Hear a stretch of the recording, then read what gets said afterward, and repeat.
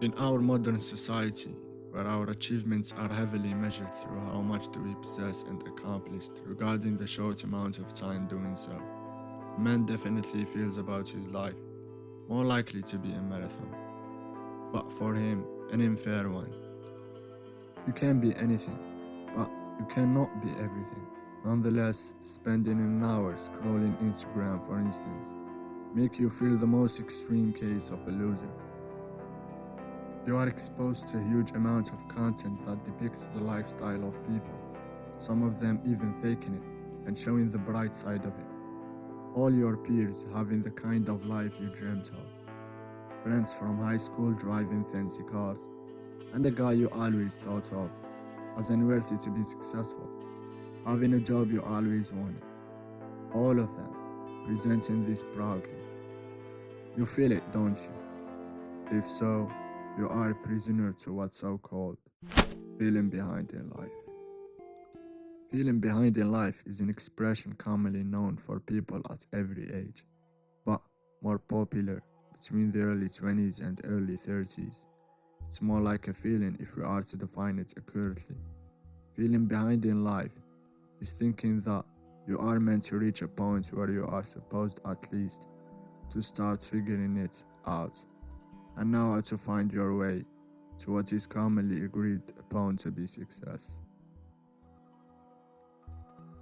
In 1985, in their book named Type A Behavior and Your Heart, Friedman and Rosenman coined the term hurry sickness that may be related to feeling behind in life. Hurry sickness is not a medical condition but a found behavior in the personality of a human beings. Hurry sickness may appear as a driving need to make the most of every second. The belief of not having enough time to achieve and reach distant goals make you certainly live with a certain unpleasant anxiety, feelings of inadequacy, failure, or diminished self-esteem, leaving hurry sickness to be the most relevant of cases somehow related to our topic. 1. The roots of feeling behind in life. Although we think we are reasonable enough to not fall into such assumption, we fail but to get this feeling all the time. Moreover, we fail to break it down and know the reasons behind it. Is it a fact or nonsense? Digging more into the ground, we find that its roots are way too deeper. In early age, our parents draw a sort of diagram of how our future is going to be. Marrying at a certain already determined age, having kids, a house, and a decent job is a must for you to be a regular, effective citizen. Forming a need to hustle in order to satisfy your family and your society members, all sitting in front seats with clapping hands, waiting for us to perform the promised play. In too many cases, parents, when raising their child, directly or indirectly, they make him feel no matter what he does or achieves, if he does not level up to their expectations, he is not good enough. Demanding expectations condemn the child to believe that the only purpose of life is to make his parents satisfied and be the ideal son his father and mother always wanted him to be. Unfortunately, life does not flow this way, as it's all up to the things out of the individual's control. Society, on the other hand, is a run show, more to be like the Truman Show. You are born and set to live a certain life that is not even your choice, yet you choose it unconsciously. And the more you fail to live this life or try to escape it, the more fingers are pointed towards you, making you appear as the person who failed in life. The life trap is already designed and programmed in our mindset, penetrates deeply inside us to influence great parts of how we think and how we feel. 2. The triggers of feeling behind in life. We spend so much time watching others on social media or in real life, and we can't help it but to compare ourselves to them, their achievements to ours, and our journey to theirs.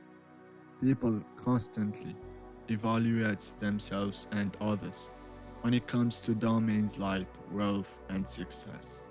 Individuals tend to measure their own social and personal worth based on how they stack up against others. This may be helping in terms of having a sense of competition and getting motivated, but because the deceiving way social media presents to us how others are living, we sense the fading hope that we can manage to get to this point. So we start experiencing deep feeling of dissatisfaction and guilt. Too much comparison leads to doubting ourselves and having a low self-esteem, as it can be a trigger for negative thinking, a never-ending stream of negative self-beliefs. I assume you are all familiar with this quote. Comparison is the thief of joy. And there is no doubt that trying and seeking to be everyone is the ideal way to literally ruin your life. Comparison may be just a bad way of processing what we see, but envy is a part of the personality, a trait we are born with and cannot be separated with ourselves. Envy often results in resentment towards others and towards ourselves. The desire to have all qualities and possessions others have, and feel discontented if you are not able to do so. Moreover, because envy is ingrained in the human psyche, it is too hard for us to break it as we break a bad habit.